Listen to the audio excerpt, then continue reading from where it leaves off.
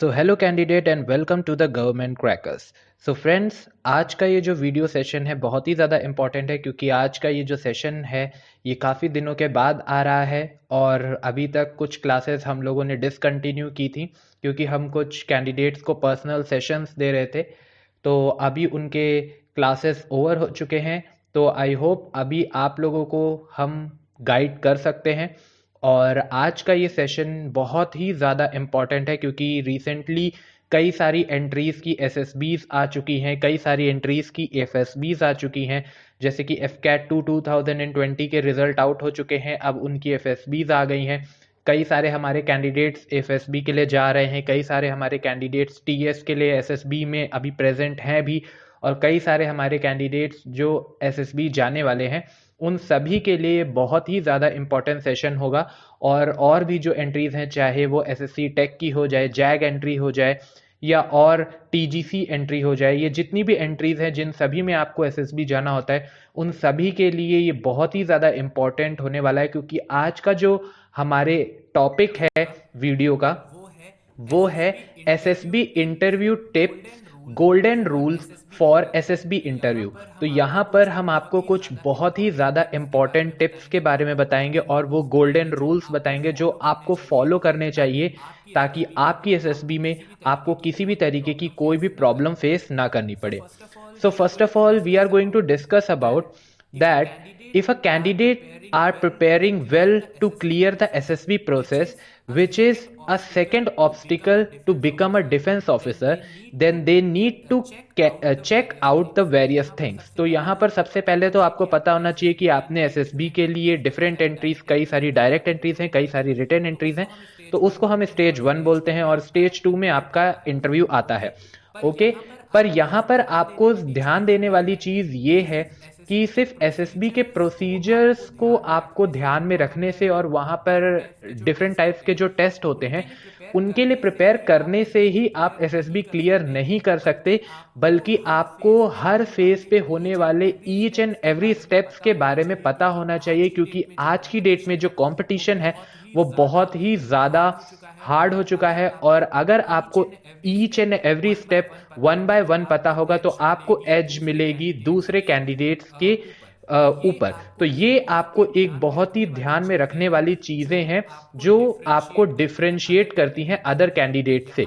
तो यहाँ पर अब हम डिस्कस करने जा रहे हैं वो इंपॉर्टेंट ट्रिक्स और टिप्स जो आपको ध्यान में रखनी चाहिए, या फिर आप इसे डूज और डोंट भी कह सकते हैं, जो कि हमारे कई सारे स्टूडेंट्स जो एसएसबीज और एफएसबीज में गए हैं उनके एक्सपीरियंस के बेसिस पे हमने कलेक्ट करके ये बनाई है और आपसे आज हम शेयर कर रहे हैं।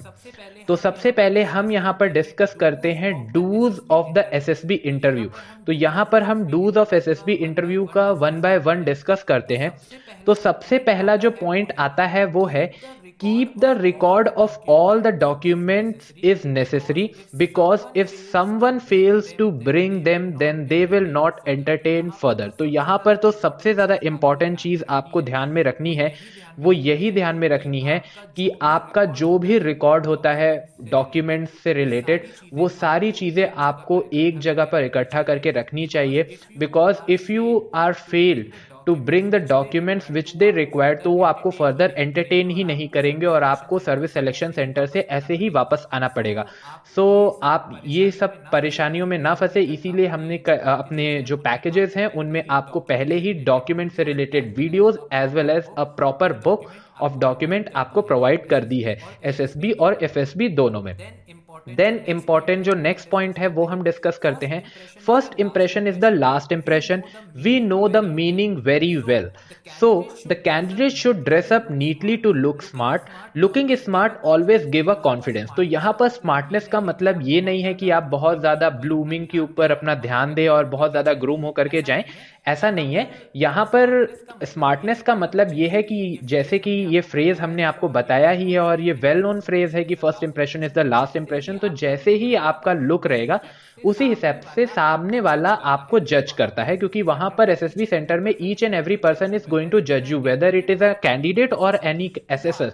तो वो आपके इंप्रेशन को जज करेगा, तो वो इंप्रेशन आपके लुक से ही पता चल जाएगा, क्योंकि वो आपका फर्स्ट इंप्रेशन होता है। तो इसके लिए आपको बहुत ज़्यादा ग्रूमिंग की नहीं, बस एक नॉर्मल वे में आपको डिसेंट तरीके से जाना है। लुक कैंडिडेट्स, आपको ये ध्यान में रखना है कि ये किसी तरीके का 11-12 टाइप का कंपटीशन वाला पेपर नहीं है जिसको आप देने जा रहे हो।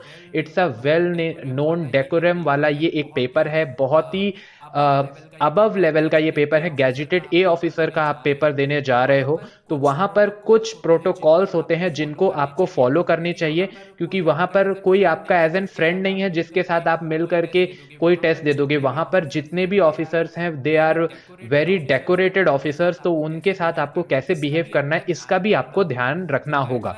सो that's why we are saying कि आपको अपना ड्रेसअप काफ़ी अच्छा रखना होगा। नेक्स्ट पॉइंट जो हम डिस्कस करने जा रहे हैं वो है address the group as a gentleman or friends. Knowing each individual with his her name will help becoming friend in a group task as well as where team work is essential। तो यहाँ पर आपको एक चीज बहुत ही ध्यान में रखनी है कि जब भी आप लोग एसएसबी के लिए जाते हो, डेफिनेटली आप और कैंडिडेट से भी मिलते हो, ठीक है। तो जब भी आप दूसरे कैंडिडेट से मिलते हो, तो रेदर देन कि आप थोड़े से डरे डरे से रहो और किसी से आप कम्युनिकेशन मत करो, इंट्रोवर्ट बने रहो, उससे अच्छा होगा कि आप और कैंडिडेट्स के पास जा करके बातचीत करो और जानने की कोशिश करो कि वो कौन से स्टेट से आए हैं और उनका नाम और उनका बैकग्राउंड जानने की कोशिश करो। इससे क्या होगा कि आप एक ग्रुप बना सकते हो और एक ग्रुप बनाने के बाद आप उसमें आराम से कन्वर्सेशन की प्रैक्टिस कर सकते हो और फिर आपको किसी भी तरीके की हेजिटेशन नहीं होगी और आप काफी यूज टू हो जाओगे। ओके, तो इससे आपको हेल्प मिलेगी अगर आप आगे एसएसबी में जाते हो और वही सारे लोग आपके ग्रुप में आते हैं, तो आप एज एन इंडिविजुअल नेम अगर सबका याद रहेगा तो इट माइट बी पॉसिबल कि इंटरव्यूइंग ऑफिसर आपसे अपने फ्रेंड्स के जो आप गए हो वहां आपसे आपके फ्रेंड्स के नेम पूछ ले, या फिर ऐसा भी हो सकता है कि कोई जो टीम वर्क वाले टास्क होते हैं वहां पर अगर आप इंडिविजुअल नेम अगर आप जानते होंगे तो वो आपको हेल्प करेगा।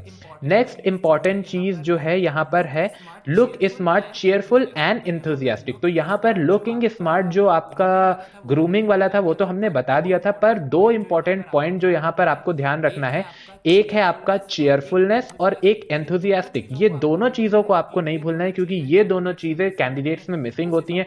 वो सिर्फ अपने लुक के ऊपर ध्यान देते हैं लेकिन वो चेयरफुल और एंथुजियास्टिक नहीं रहते हैं, तो ये चीजें आपको ध्यान में रखनी चाहिए।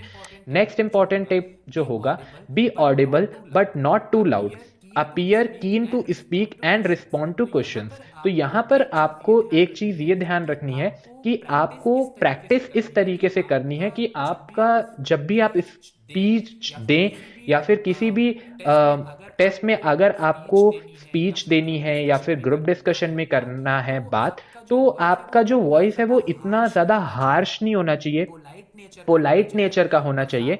और साथ में ही ऐसा नहीं लगना चाहिए कि आप एज एन डिक्टेटर की तरह बिहेव कर रहे हो और आपने पूरा ओवरटेक ले लिया है ग्रुप का और आप किसी को बोलने नहीं दे रहे हो और आप किसी पे शाउट कर रहे हो, ठीक है।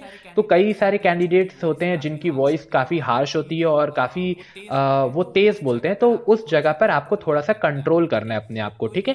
तो ये आपको बहुत ही ज्यादा ध्यान में रखना है। नेक्स्ट आपको ऐसा दिखाना है कि हाँ आप बोलना चाहते हो और आपको क्वेश्चंस का रिस्पांस भी देना है। ये नहीं कि आप पोलाइट के नेचर में इतने पोलाइट हो जाओ कि फिर आप आंसर्स ही नहीं दे रहे हो। ओके, नेक्स्ट आपको इंपॉर्टेंट चीज जो है वो डे 1 से रिलेटेड है। Day 1 will start with the OIR, that is officer intelligence rating. The test will start early, so candidate are advise to take proper rest at the night before.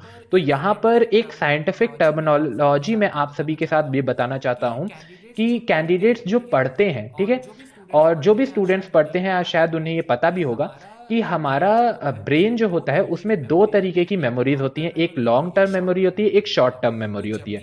तो जब भी आप अवेक होते हैं या फिर आप जब जगे होते हैं तो आप जो भी याद करते हैं या जो भी कुछ पढ़ते हैं वो हमेशा शॉर्ट टर्म मेमोरी में रहता है। ओके, पर जब आप स्लीप लेते हो, ठीक है, एक प्रॉपर स्लीप लेते हो, तो वो आपका शॉर्ट टर्म मेमोरी से लॉन्ग टर्म मेमोरी में ट्रांसफर होता है। ये एक साइंटिफिक फिनोमिना है। तो इस केस के लिए ही आपको ये बताया जाता है कि अगर आप OIR देने जा रहे हो या कोई भी टेस्ट देने जा रहे हो तो प्रॉपर रेस्ट सबसे ज़्यादा इंपॉर्टेंट है प्रॉपर स्लीप आपकी इंपॉर्टेंट है कि आप इतनी स्लीप लें कि आपको किसी तरीके की टायर्डनेस महसूस ना हो।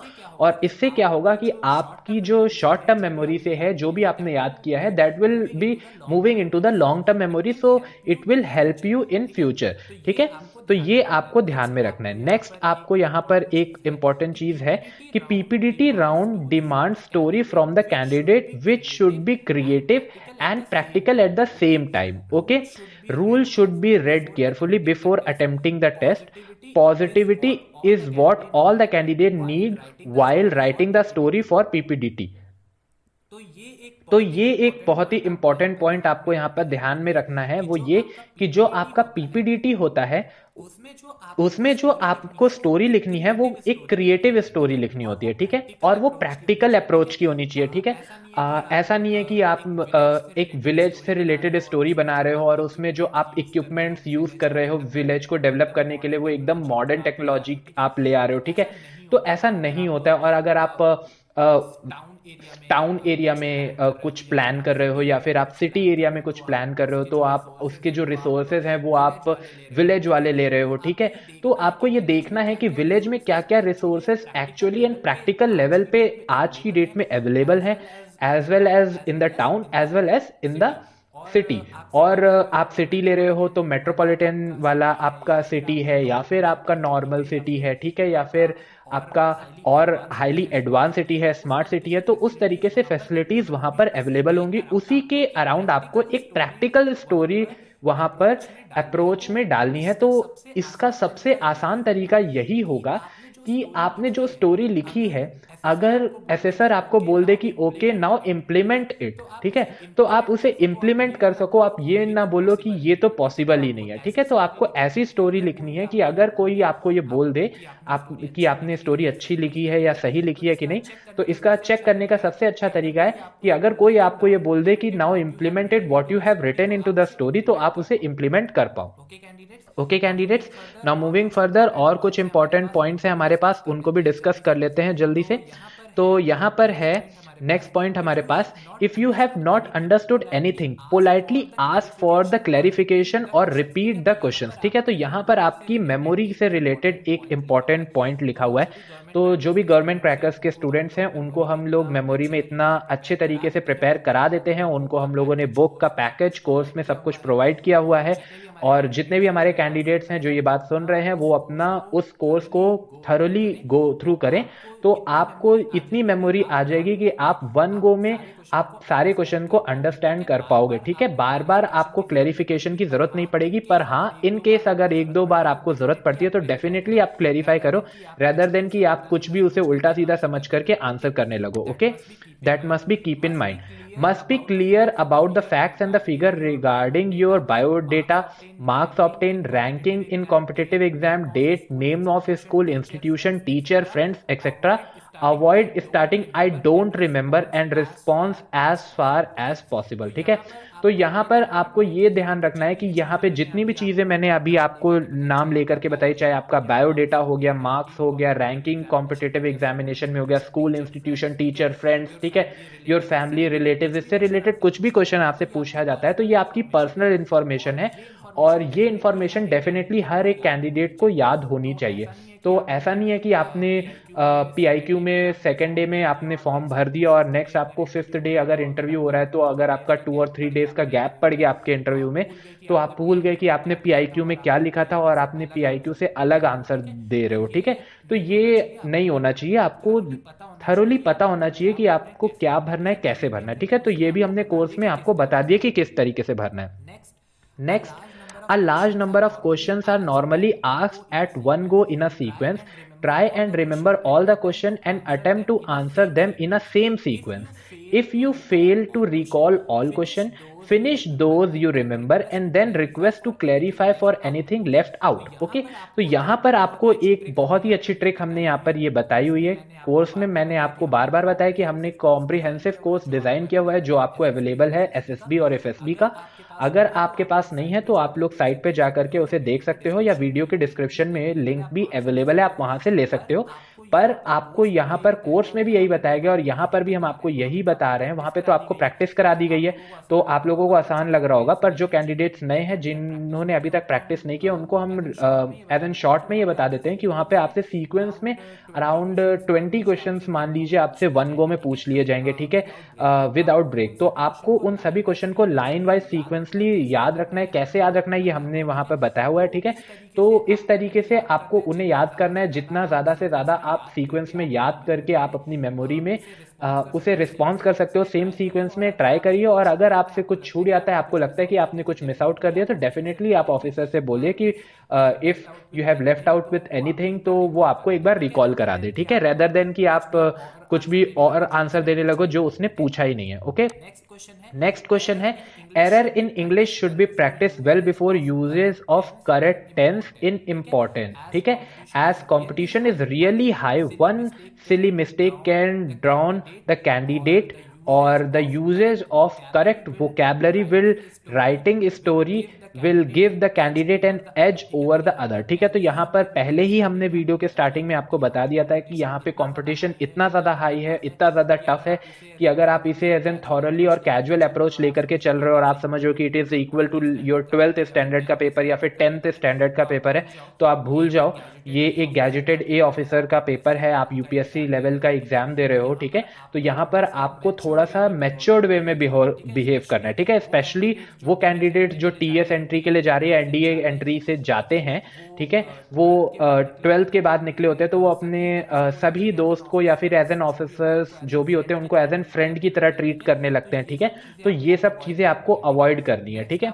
नेक्स्ट आपको और क्या इंपॉर्टेंट पॉइंट यहाँ पर दिया गया है, the biggest problem is that the candidate should not listen to understand, the candidate should listen to reply, so the candidate should be attentive while listening to other, ठीक है। तो यहाँ पर सबसे बड़ी प्रॉब्लम जो कैंडिडेट्स की है वो यही है कि वो अगर किसी की बात सुनते हैं तो वो इसलिए सुनते हैं क्योंकि उन्हें उसका रिप्लाई देना होता है, रेदर देन कि वो अंडरस्टैंड करे कि उसने क्या बोला है, देन उस पॉइंट को आप कैसे मॉडिफाई और इंप्रूव कर सकते हो, ठीक है। आप वहां पर किसी कैंडिडेट से लड़ने झगड़ने नहीं गए हो। अगर उसका कोई पॉइंट आपको अच्छा नहीं लग रहा है या फिर अगर आपको उसका कोई पॉइंट वैलिड नहीं लग रहा है, then you will give a valid reason behind it कि ऐसा क्यों नहीं हो सकता, और उसके बाद आपको उसमें इंप्रूवमेंट बतानी है, ठीक है, रेदर देन आप उससे झगड़ा करने लगो कि नहीं आपने ये पॉइंट कैसे बोला, ठीक है। नेक्स्ट आपको इंपॉर्टेंट चीज जो है, watch TV news for update your self in candidate line waiting room, ठीक है। तो अगर आप इंटरव्यू के लिए गए हो और अगर वहां पर टीवी अवेलेबल है, कोई मैगजीन या न्यूज़पेपर अवेलेबल है, तो डेफिनेटली आप उसे एक बार गो थ्रू कर लो, और रेदर देन कि आप अपना टाइम वहां पर वेस्ट करो। ओके, नेक्स्ट और इम्पॉर्टेंट 2-3 पॉइंट है, वो भी हम डिस्कस कर लेते हैं। वो क्या है, तो यहां पर है listen to complete question before attempting to reply, ठीक है। तो जो भी क्वेश्चन आपसे पूछा जाए, सबसे पहले आप ऑफिसर को कंप्लीट करने दीजिए अपने क्वेश्चन। कई बार ये देखा गया कैंडिडेट्स के, हमने भी जितने इंटरव्यूज लिए उसमें हम ज्यादातर कैंडिडेट्स को ये देखते हैं जो स्पेशली ये तो खैर सभी के साथ होता है, आप लोग याद करके आए हुए रहते हैं आंसर, ठीक है। You have done a lot of practice for answering any kind of question that we are going to ask, ठीक है। प्रीवियसली आपने इतनी प्रैक्टिस कर ली होती है कि आपको बस ये रहता है कि उसने बस हल्का सा वो वर्ड बोला, आपने जो प्रैक्टिस किया और आपको पता है कि अब मुझे यही आंसर देना है, तो उसका क्वेश्चन कंप्लीट भी नहीं होता और आप आंसर देने लगते हो। और यहीं पे सबसे बड़ी प्रॉब्लम होती है, क्योंकि वो क्वेश्चन में आपके वर्ड्स तो जरूर वही हैं, पर उसने बस एक वर्ड चेंज कर दिया और पूरे क्वेश्चन का मीनिंग चेंज हो जाएगा। पर आप इतने कॉन्फिडेंट होते हो कि आप उसके क्वेश्चन को ओवरलुक करते हो या फिर उसके सीक्वेंस को ओवरलुक करते हो, और यहां पर आप फंस जाते हो। और कैंडिडेट्स जो आंसर देते हैं वो सीक्वेंस वाइज नहीं होता है और उसे ओवरलुक करते हैं, और ये एसेसर को तुरंत पता चल जाता है कि ये कैंडिडेट इस क्वेश्चन की प्रैक्टिस करके आया है या इसकी प्रॉपर ट्रेनिंग लेकर के आया है। नेक्स्ट इंपॉर्टेंट पॉइंट जो है, the candidate should smile to make themselves presentable while speaking in front of the public, ठीक है।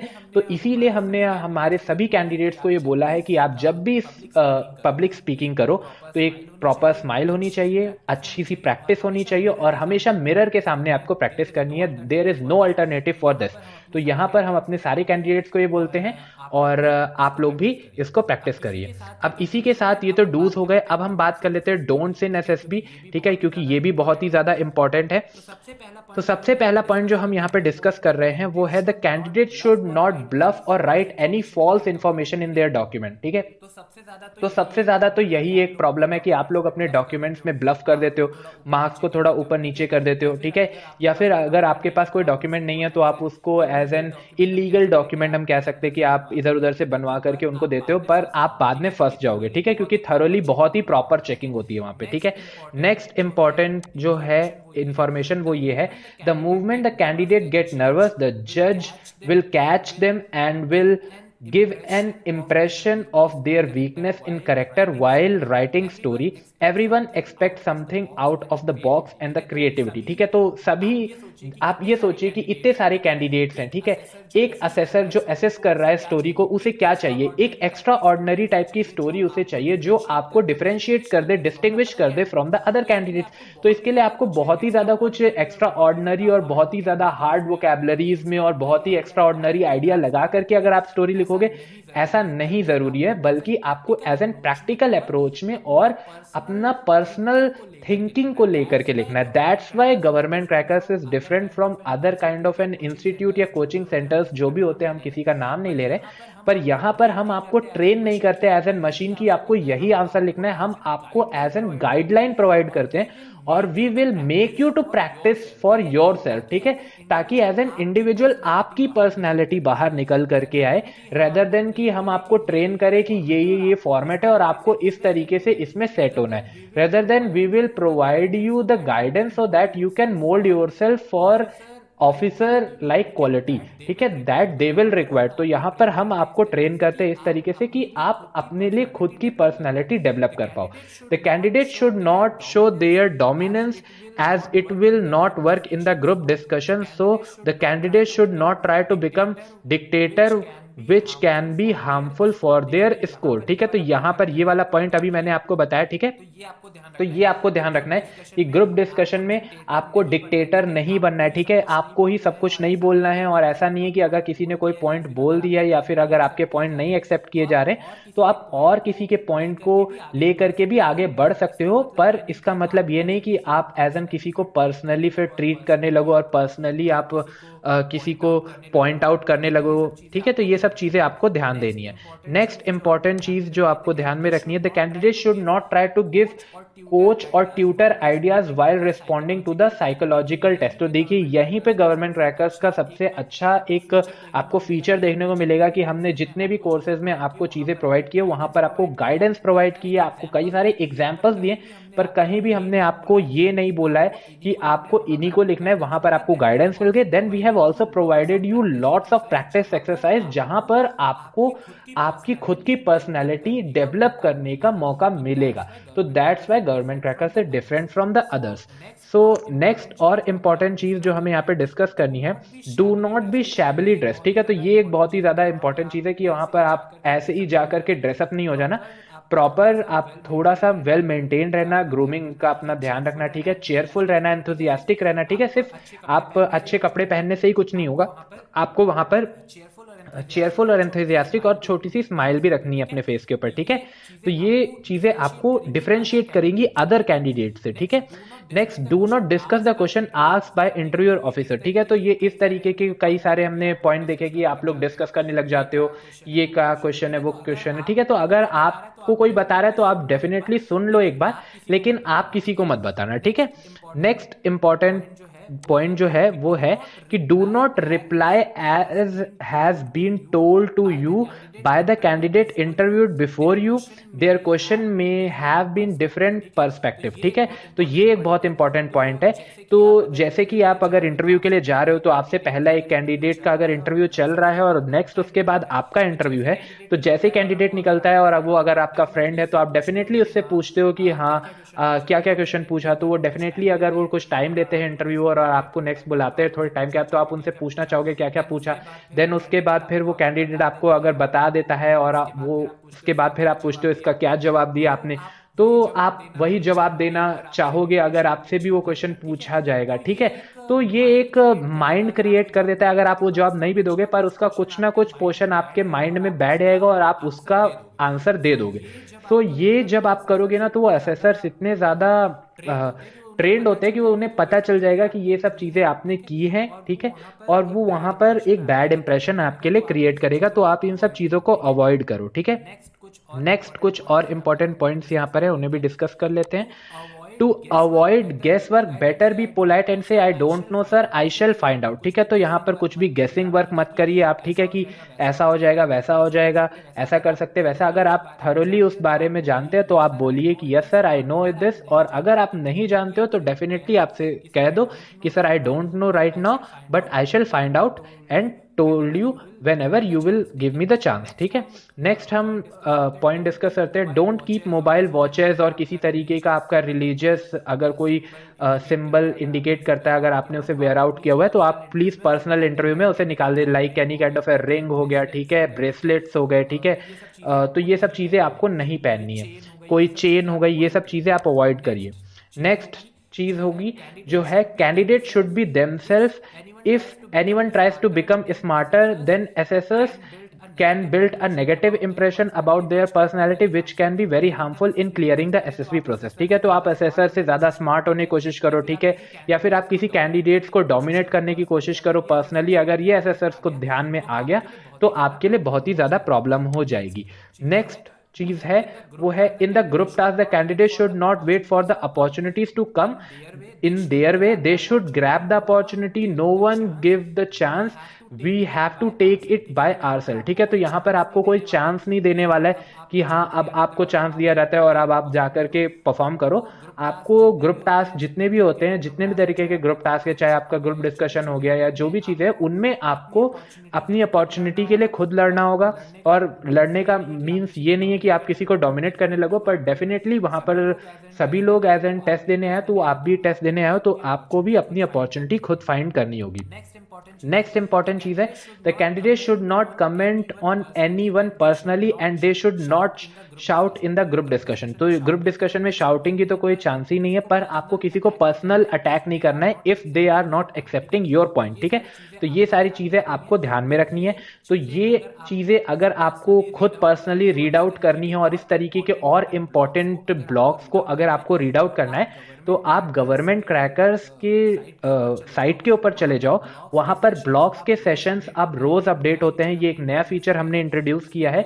इसमें कई सारे इंपॉर्टेंट टॉपिक्स जो टेस्ट होते हैं डिफेंस के या फिर जो आपसे इंटरव्यू में पूछे जाते हैं, वो सारे इंपॉर्टेंट पॉइंट्स यहाँ पर लिखे हुए होते हैं। तो इसके लिए आपको गवर्नमेंट क्रैकर्स के ऊपर आना है। वहां साइट पे आपको नोटिफिकेशन वाले ऑप्शन पे जाकर सेटिंग में जाकर के आपको हमारे ब्लॉग्स को सब्सक्राइब कर लेना है, और जब भी हम नए अपडेटेड ब्लॉग्स आपके लिए रिलीज करेंगे उसका नोटिफिकेशन आपके ईमेल पे ऑटोमेटिकली पहुंच जाएगा और आप रीड आउट कर सकते हो और आप इन सारी चीज़ों को कभी मिस आउट नहीं करोगे और आपको इस तरीके के इंपॉर्टेंट अपडेट्स मिलते रहेंगे। तो आई होप ये वाला वीडियो आप सभी के लिए बहुत ही ज़्यादा इंपॉर्टेंट रहा होगा।